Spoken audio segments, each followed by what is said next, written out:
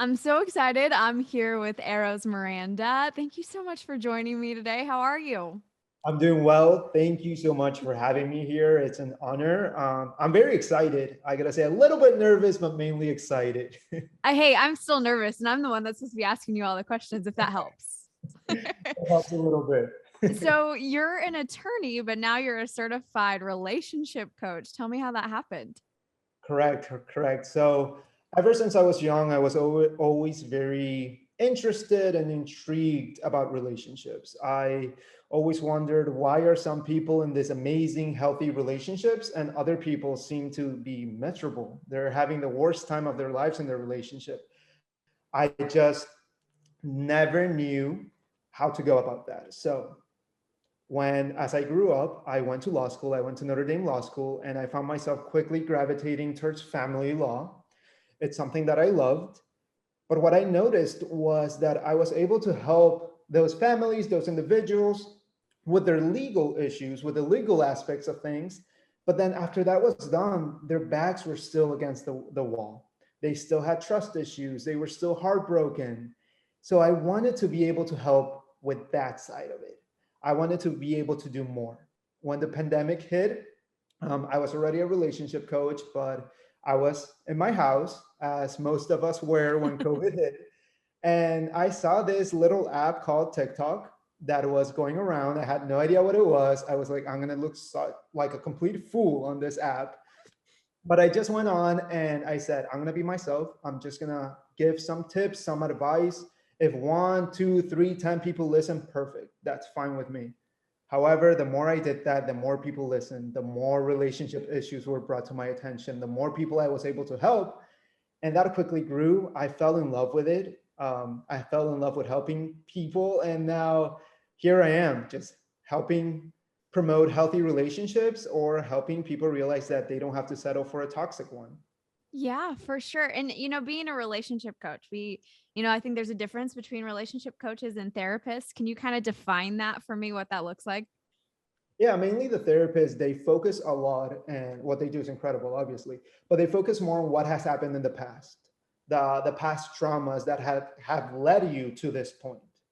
As a coach, what I look to help people with, individuals, is the future. Okay, so you're here. How do I get you to where you want to be? How do I help you find yourself, love yourself, find the right person?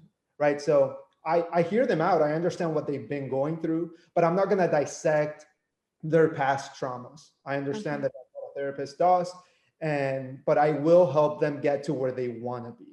My focus is always on the future, not so much on the past.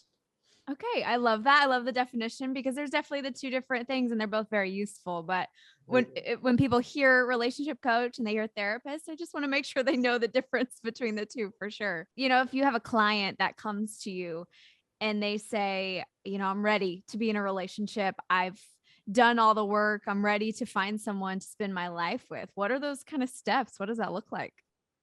Well, for me, something that people always ask me, and this is literally on a daily basis, they say, Eros, how do I find the right person? How do I find the right one? How do I know that I found the right one? It's a question that I get asked daily. And what I tell them is, in order to find the right one, before you do that, you have to be able to identify the wrong ones, right? And what I mean by that is you have to take some time to ask yourself, what do I value in a relationship? And what will I not settle for in a relationship? Because finding the right person is hard. It's really hard. You're going to find it. Everyone's going to find it. I promise you, I'll help you get there. But it's hard. But if you're able to realize what you're not looking for, if you're able to quickly identify the wrong people that are wasting your time, your energy, your tears, your love, you're one step closer to the right person. Do you So feel like do you feel like people have to date to kind of find that? Or do you feel like they can find that without dating? I think it sounds super cliche, the whole love yourself before you're able to love someone else. But it's true. Something that I did personally that helped me was when I was single, I knew that I would find someone later on in life. But when I was single, I told myself, I want to become someone my future partner will be proud of. And that wasn't to say that I was focused on them, I was prioritizing myself. but by working on myself, achieving little tasks, working on my academics, working on my career, while I was waiting for that right person, I started realizing what I brought to the table.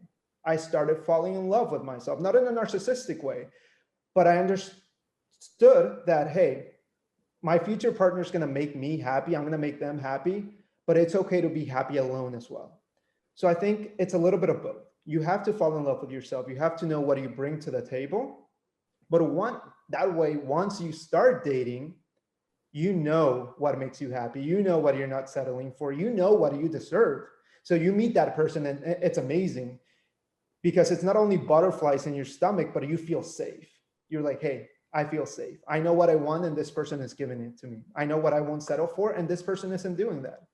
So I think it's a little bit of both. You have to fall in love with yourself and with the process as well.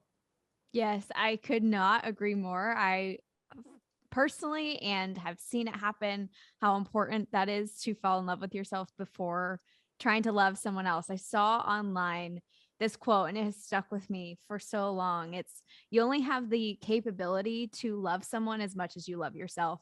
And when you see it from that perspective, you're like, oh, yeah, if I really don't like who I am, how the heck am I going to put that love into someone else? Right. 100%. And I think one of the mistakes we make is that we don't love ourselves yet. And we tell ourselves, hey, I'm going to find a partner and they're going to fill that void. They're going to provide that love. But it shouldn't be like that because that's just going to lead to a one sided relationship. That's not what you want. You want a Mhm. partner that complements you, that complements all the good sides of you, all the things you love about yourself, and also your weaknesses. But you need to be able to love yourself first, to understand what you bring to the table. If not, like I said, it's just going to lead to a one sided relationship.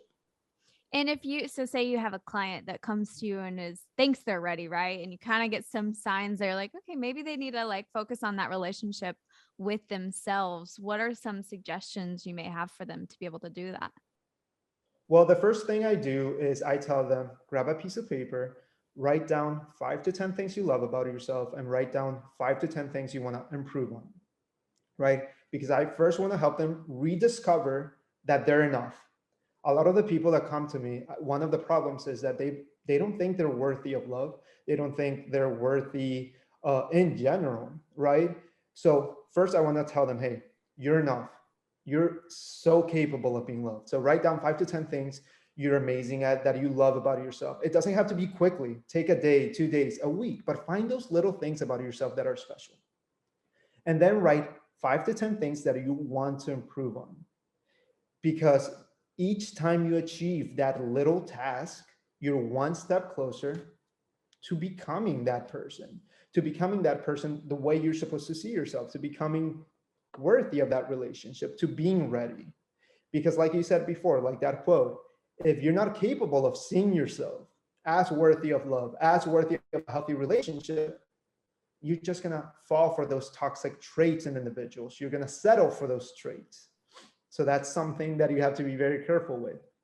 I love that. And I love that you remind people that they're enough. I don't think we can ever be told that enough, right? I think that's something that I will never get tired. If somebody just keeps repeating that in my head, it's not like a song that I can stop listening to. It's like, okay, I always need to hear that. And I think you can be the person that loves yourself and still need to hear that all the time. 120%. I think it's very important, no matter where you are in your life, everybody goes through those moments where they feel like they're not where they're supposed to be, or you compare yourself with someone else, or you look at other relationships and you ask yourself, why am I not there yet? So knowing that you're enough, my love language, I have two love language, but my love language is words of affirmation. So I Mhm. feel like sometimes I don't need it. And then someone says, hey, thank you. You're doing amazing. Thank you for what you're doing. And it immediately hits me. So I think just in general, being kind and reminding people you're enough, let's help you, remind you of that. I think it goes a long way. Yes, it opens up the door for even more love, is the way I like to see I it. love it. I love that. So too, I'm a millennial and there is this thing in the millennial dating, right? We like to think that really screwed up the dating culture and we really believe in non-commitment and situationships and all of these things. And that is not from personal speaking. I do not feel that way. but our generation as a whole believes that we've kind of created this environment of dating that isn't what it used to be. Do you feel like that's the case? And is there any possibility it's not going to be like that one day? I've seen it. I've seen it a lot, and it's funny because it's even become a trend on TikTok where they show that society has become this hookup culture, this non-committal culture, and they forgot what they believed in. So, do I think it's going that way? It's going to sound like a little bit of a cop out, but I think it depends on what you make of it. Look, if you feel like technology is getting in the way, prioritize your relationship over that technology.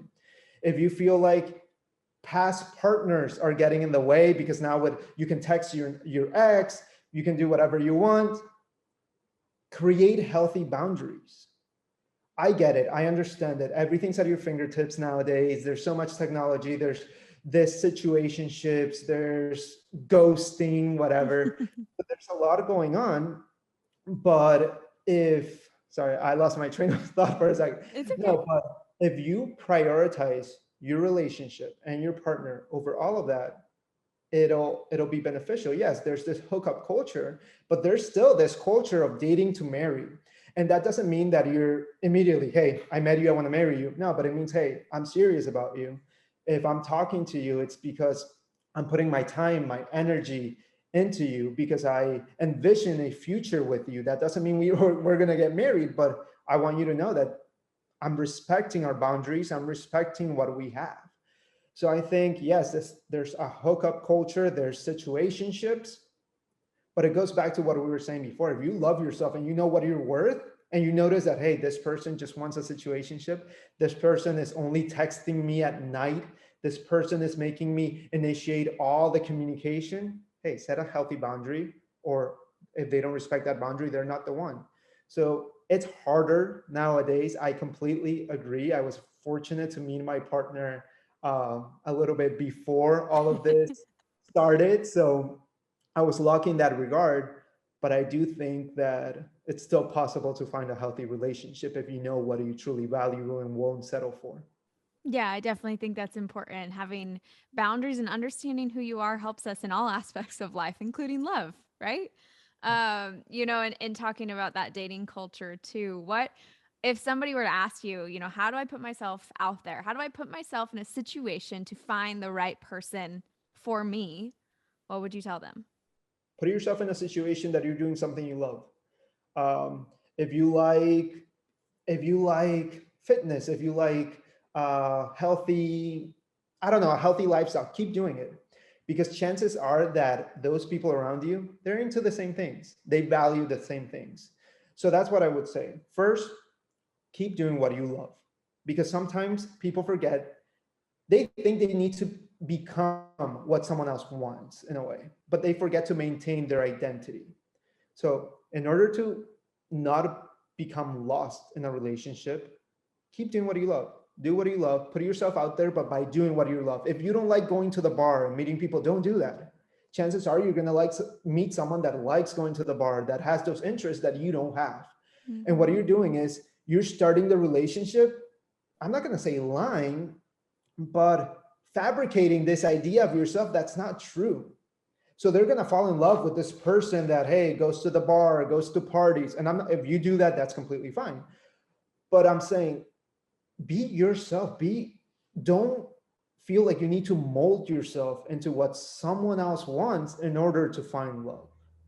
Keep doing what you're doing. Surround yourself with good people, a good support system that's going to call you out if you're falling for the wrong person. And I know it sounds super cliche, but just do the things that feel good, do the things that feel right, do the things that make you happy, and the pieces are going to fall into place. Everything is going to fall into place.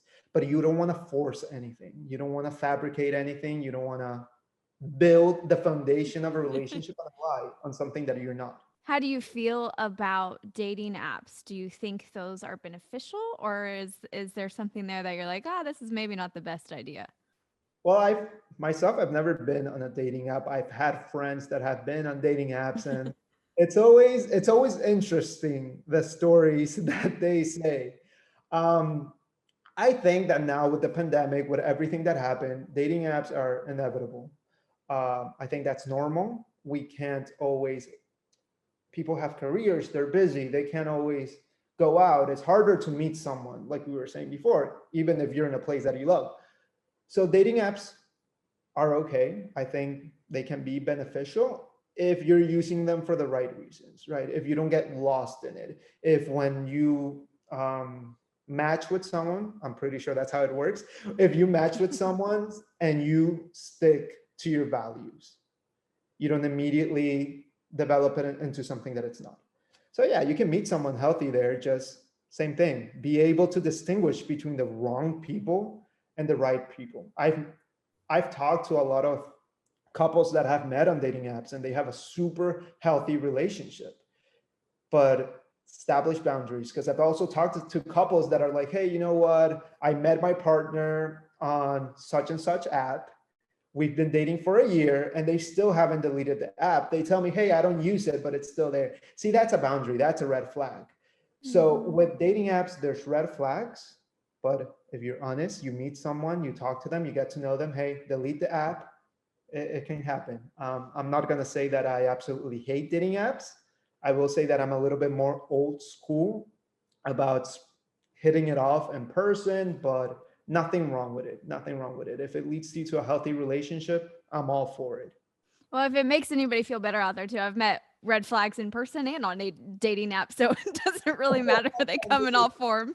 100%. Dating red flags are all around us, unfortunately. Yes. You know, and you talk about like bad habits too, because you're saying how important it is to have boundaries, to understand yourself and stuff before you can kind of meet that one person for you or the person that's meant to kind of impact your life in that way.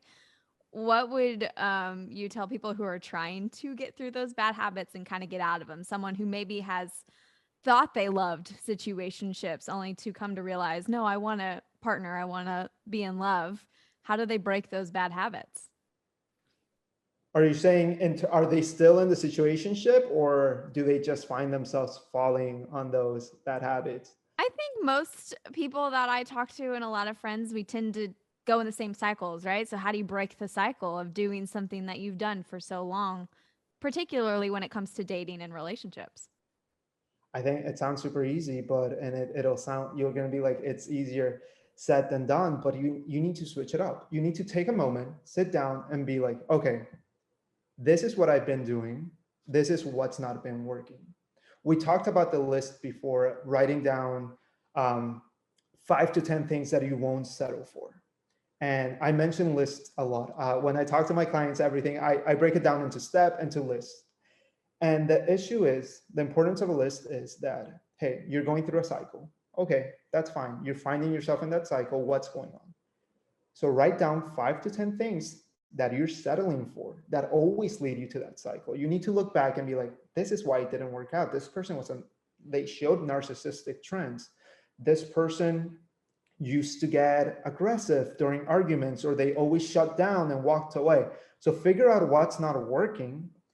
And when you identify those things, quickly break it off, quickly walk away. We tend to have a habit to romanticize relationships in a way that we feel it's our job to fix our broken partners. And I get it. If you've been dating for 10 years, yes, be there for your partner, help them. But if you find yourself that you're dating for a few months and you keep falling for this, not partners, but projects, you have to realize that you're not in the right place. So I think just realizing it and then stopping it before it even starts is a very important place to just begin that process. Yes, I feel like you're speaking to me, and I'm not going to take it personally, but I do feel that. I feel it hard. I'm here for you. You know, and all relationships are different too, and I want to talk about, you discussed this a little bit in talking about a few of these different things, but how do you, you know, as people are finding themselves in these unhealthy relationships, there become trauma bonds and they're not actually love. And that's something that isn't really talked about super often unless you do go to therapy. So I kind of want to put that out here and talk about trauma bonds and what that looks like and how it can kind of show up in a relationship. Yeah, trauma bonds. I always say, is it love or is it a trauma bond? With trauma bonds, you know that this person is wrong for you. You know that they're hurting you, but you almost feel addicted to them. You can't let them go. And what you end up doing in this, I talked to my friend and I noticed they were doing this as well. You end up not only justifying their behavior, but you blame yourself for it. You blame yourself for it. And it starts hurting you and it starts becoming an addiction and a cycle. And you feel like you're walking on eggshells. But for some reason, you just can't let that person go. It's almost like a trauma bond. You're bonded to that person. It's toxic and you know you have to let go, but you can't. And that's how trauma bonds begin. Yeah. And those are hard too because trauma bonds can mean a whole lot of different things. And I think um, trauma can come in various forms. So, something to be looking out for that it's not um, just what you may expect. It may not come in just an abusive relationship, it may come in a lot of other ways too, I would expect, right? Correct. And the thing with trauma bonds, and even with when you're dating a narcissist, is that when it starts, it feels like you're in cloud nine because usually they say the reason you're so addicted to this person is because initially they were saying all the right things, they were doing all the right things, they were love bombing you, they were incredible. That's why you're blaming yourself now because you're like, okay, if this person did a complete 180 and now they're doing this, they're blaming me, you start to blame yourself. You're like, Mm-hmm. okay, I must have done something. This must be my fault. This must be something that I caused. I have to fight for it. And you start to overlook all their negative behaviors. You isolate your family, you isolate your friends because you want to fight for this person. You're addicted to them, but they're not right for you. They were at one point, you thought they were. Mm-hmm. They were manipulating the situation a little bit, but now that they have you, they completely changed. And that's why it's so hard. And when are the situations like I look at breakups, right? Breakups are incredibly hard. And sometimes you could leave a relationship, it's just not working. But how do you determine, and this is probably hard to answer, but like, how do you determine when something is worth continuing to fight for and when it's not? Because I think we get in cycles that way too. I think I'd start off with asking both persons or both individuals in the relationship, are you both willing to fight for it? Because what ends up happening is that one person is willing to go all out and fight for the relationship, but they're alone in it, right? During the time that they need their partner most in order to fix the relationship and fight for it, they're alone. So the Mm. first thing is, are you both willing to work on it? The second thing is, has there been a pattern, a negative pattern in the relationship? Because, hey, if your partner did something that you didn't like once and they talked to you, they were accountable, they were honest, and they actually changed with actions, not just words, because words are easy. Someone can hurt you and they can say, hey, I'm so sorry. It's never going to happen again. It's all my fault. I'm sorry. But what do their actions say? Right. So if there's a pattern of negative behavior, chances are they're not really going to change. It's not worth fighting for it because it's going to keep happening. My third thing is, have there been empty promises? Like I was saying before, words are easy. People can promise change in a relationship, but they have to show it. So if they keep saying, hey, this is the last time I'm going to change, but it turns out being an empty promise, it's not worth it. It's not worth it. So those are a few little things. If they want to rebuild the trust with you, if they're willing to be accountable, if you both still envision a future together, if you're both willing to fight for it. At the end of the day, can a negative relationship be fixed? Yes. But it takes both of you. Can a Mhm. toxic partner change? Yes, but only if they want to.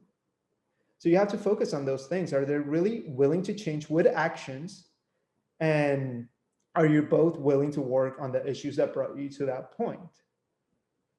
Yeah, I feel like you're speaking to my inner Morgan. You're like, you're pay attention to the actions, Morgan, not the words. Like, I think a lot of us need that reminder often. It's really easy to listen to words, especially big movie people. We love watching movies and seeing love on TV, right? And you're seeing it play out, and words do not justify any action, right? Actions are where it counts. So, yeah, you're speaking to me a lot. I don't appreciate it, but it's okay. I like it. And there's one other thing I wanted to touch on too, speaking on the breakup side of things. Say, you ready, it's not going to work, you're ready to move forward. When I have gone through my breakups on air, people love the connection to me because breakups are so hard, right? And seeing somebody go through it, knowing that somebody else feels that way is showing you're not alone and that it's okay to be heartbroken and hurt. What are some healthy ways to move forward after a relationship ends and they're like ready to move forward with their life and not keep feeling that heartache? Well, you're gonna hate me, but I have 5 steps. Everything with me is a little bit of a process, but I That's do have okay. 5 steps that will help you heal from it. And the first step is to write down the bad, everything bad about your partner and your past relationship. And when I say that, people think, hey, that's counterproductive. I don't want to remember that. Why do I want to remember all the bad things? Well, like I was saying before, we tend to have a tendency to romanticize our relationships, to romanticize our partners, to blame ourselves. So we break up and we're like, oh my God, I lost the best thing ever. I'll never find love again. This must have been my fault. What happened? How can I fix this? But no, write down the bad. Write down, sit there and remind yourself that it wasn't all on you. Write down, hey, my partner walked away. They're not here with me trying to work on it. My partner did this, my partner did that.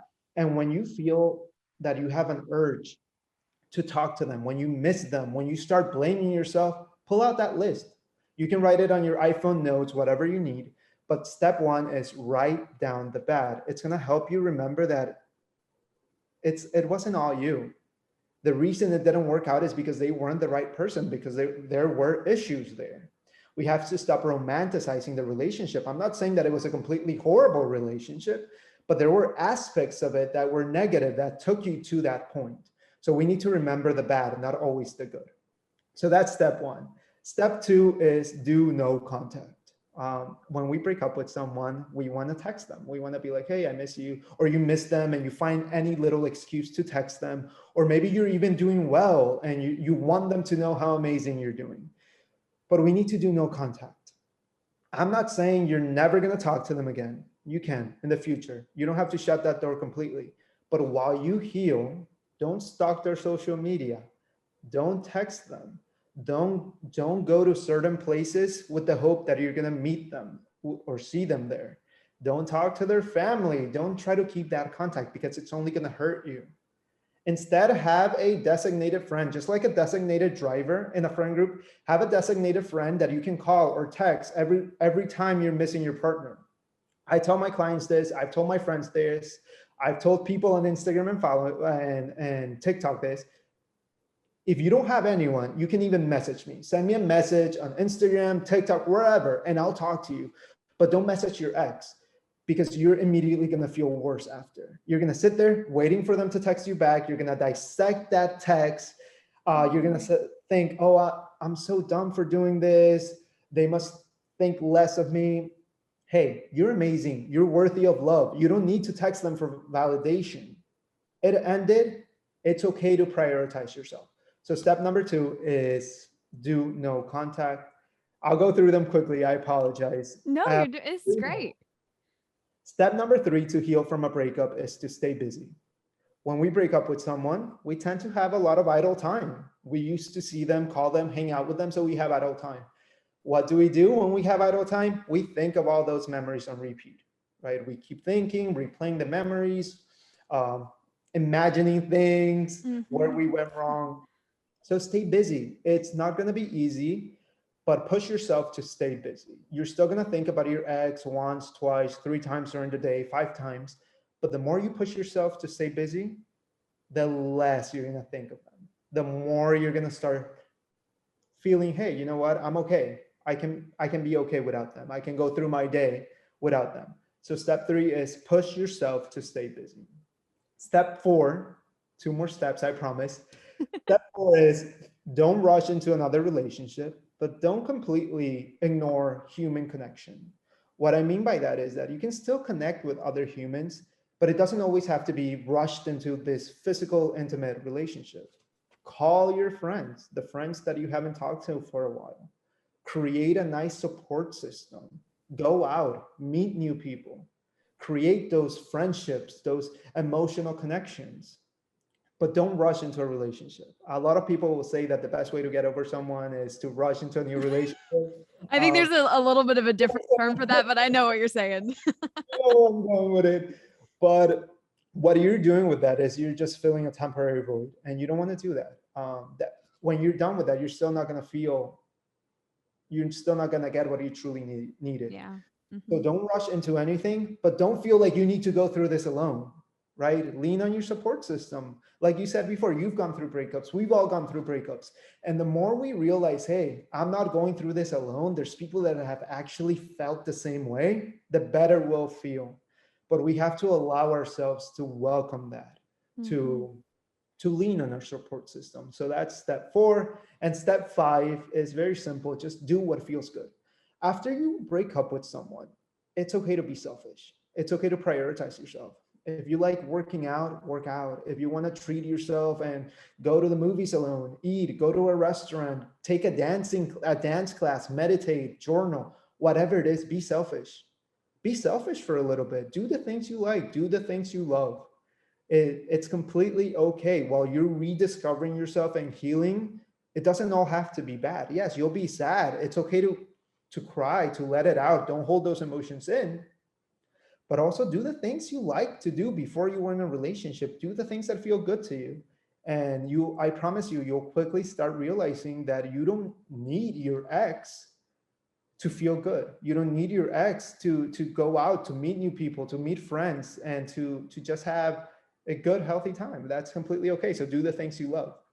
I love those. I know you're giving yourself a hard time for all your steps, but those are great steps, and I can attest to all of them. I've done all of them when I've gotten out of relationships, and they are accurate in how well they help you. So I I'm, love that. I'm sorry you had to go through those breakups, by the way. Oh no. Hey, a part of life, you live, you love, and you learn, right? One step closer to the right person is the way I see it.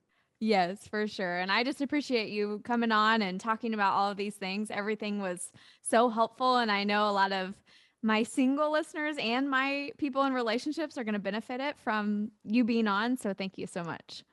No, thank you so much for having me. This has truly been fun. I hope we can do it again in the future. Thank you. Yes, for sure. And give a shout out to your podcast. You also have a podcast out there too. Yes, my podcast is called Eros to the Heart. So it's just my name, Eros. It's just a play on the words. But my podcast is called Eros to the Heart. And you can find me on TikTok and Instagram at Eros_Miranda. Love that. Definitely check him out. Thank you so much again. It was great chatting with you. Thank you, Morgan. It was amazing.